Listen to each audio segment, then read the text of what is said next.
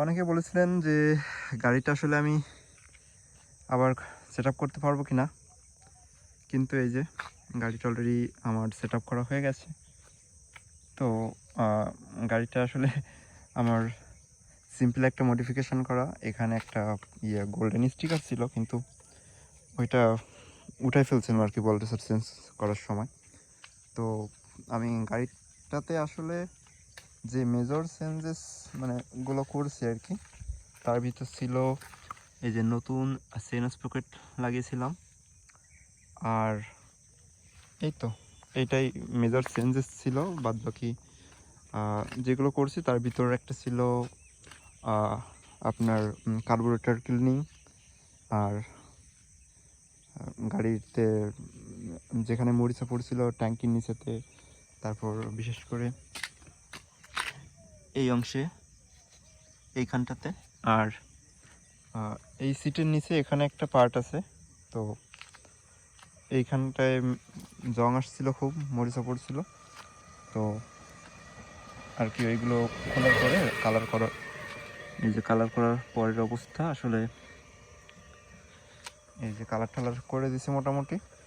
এখন মানে গাড়ি তো আমার কাছে এত স্মুথ, মানে স্মুথ মেইনলি বলতে গাড়ির ব্রেকিং বা আদার যে জিনিসগুলো এতটা সুন্দর হয়েছে আসলে কল্পনার বাইরে। আসলে আমি স্যাটিসফাইড, আমার কাজ নিয়ে আমি স্যাটিসফাইড। মানে কি বলবো, অস্থির অস্থির লেভেলের ব্রেকিং হচ্ছে এখন। তো হ্যাঁ, এটাই আসলে আমার গাড়ির একটা,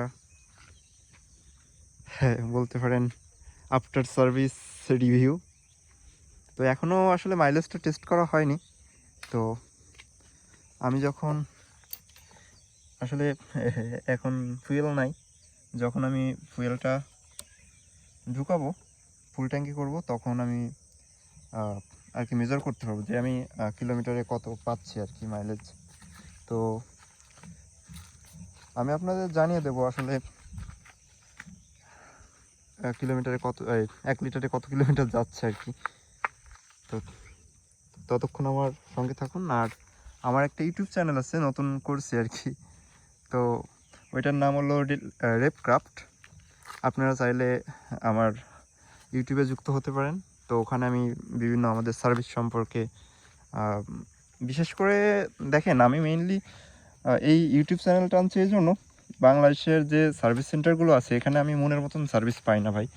মানে বলতে গেলে এখানটাতে মনে করেন একটা নাট যতটুক টাইট দেওয়ার দরকার, দেখা যাচ্ছে সার্ভিস সেন্টারের ছেলেবেলে তারা মানে অতিরিক্ত দেয়, হ্যাঁ, যার কারণে অনেক সময় প্যাচ কেটে যায়। সাপোজ আমার এই যে নাটটার, এই নাটটার এখানে আমার অ্যালুমিনিয়ামের থ্রেড দেওয়া।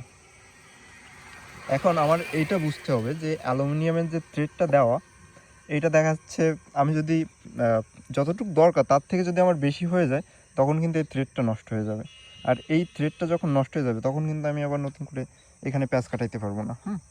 তো যার কারণে আমার এই যে ছোটো ছোটো যে মাইনর জিনিসগুলো, এগুলো আর কি খুব ইম্পর্টেন্ট এই সার্ভিসের ক্ষেত্রে। হ্যাঁ, যার কারণে আমি এই সার্ভিসগুলো ভালো পাইনি, দ্যাটস ওয়াই আমি এই সার্ভিসটা নিজেই করালাম আর কি। তো আমি তখন ট্যাঙ্কিটা খুলতে পারিনি, বিকজ আমার কাছে 5 নম্বর এলিঙ্কি ছিল না, আর আমার আশেপাশেও ছিল না। সো নেক্সট টাইম আমি ট্যাঙ্কিটা খুলে ট্যাঙ্কির তলাটা সুন্দর করে কালার টালার করব। তো আর ইচ্ছা আছে একটা হোমমেড, হ্যাঁ, স্প্রে, কালার স্প্রে তৈরি করে সেটা দিয়েই আমি কালার করব। কালারটা যদিও অনেকটা ভালো হয়েছে, কিন্তু আসলে আমার মনের মতো হয়নি। মানে আমি যেমনটা চাচ্ছিলাম, এই অরিজিনাল যেমন কালার থাকে ওই রকমই করতে চাচ্ছিলাম। তো তুলিতে যেহেতু হয় না, আমি চেষ্টা করতেছি যদি হোমমেড একটা ওই কালার স্প্রে বানাইতে পারি, দেন আমি কালারটা সুন্দরভাবে করবো আর কি। তো এটাই আজকে আমার গাড়ির রিভিউ এই পর্যন্ত। আশা করি সবার ভালো লাগবে। যদি কোনো আপনাদের পরামর্শ থাকে বা জানার থাকে কিছু, লাইক আপনারা যদি কেউ মনে করেন কোথাও কোনো প্রবলেম হচ্ছে, কিছু জানার দরকার, তো আমাকে প্রশ্ন করতে পারেন। আমি যদিও সার্ভিস করি না বা টেকনিশিয়ান না, তারপরেও যতটুকু বুঝি আর কি আমার জায়গা থেকে আমি চেষ্টা করব আপনাদের সঠিক একটা পরামর্শ দেওয়ার। ধন্যবাদ সবাইকে। আর আমার গাড়ির মডিফিকেশানটা কেমন হয়েছে আপনাদের জানাবেন। আর হ্যাঁ, বাই দ্য ওয়ে, আমার এই ইয়ে গার্ড, এইটা কিন্তু আমার নিজের হাতে করা, যদিও এটা কিন্তু মজবুত না, আমি জাস্ট খুব দ্রুত সময়ের ভিতর করছিলাম, এটা জাস্ট শো আর কি। এটা আমি মজবুত করে করতে পারিনি, কিন্তু ইচ্ছা আছে অনেকটা ভালো করে করব আর কি। তো এই পর্যন্তই, ধন্যবাদ সবাইকে এতক্ষণ আমার সঙ্গে থাকার জন্য। টাটা।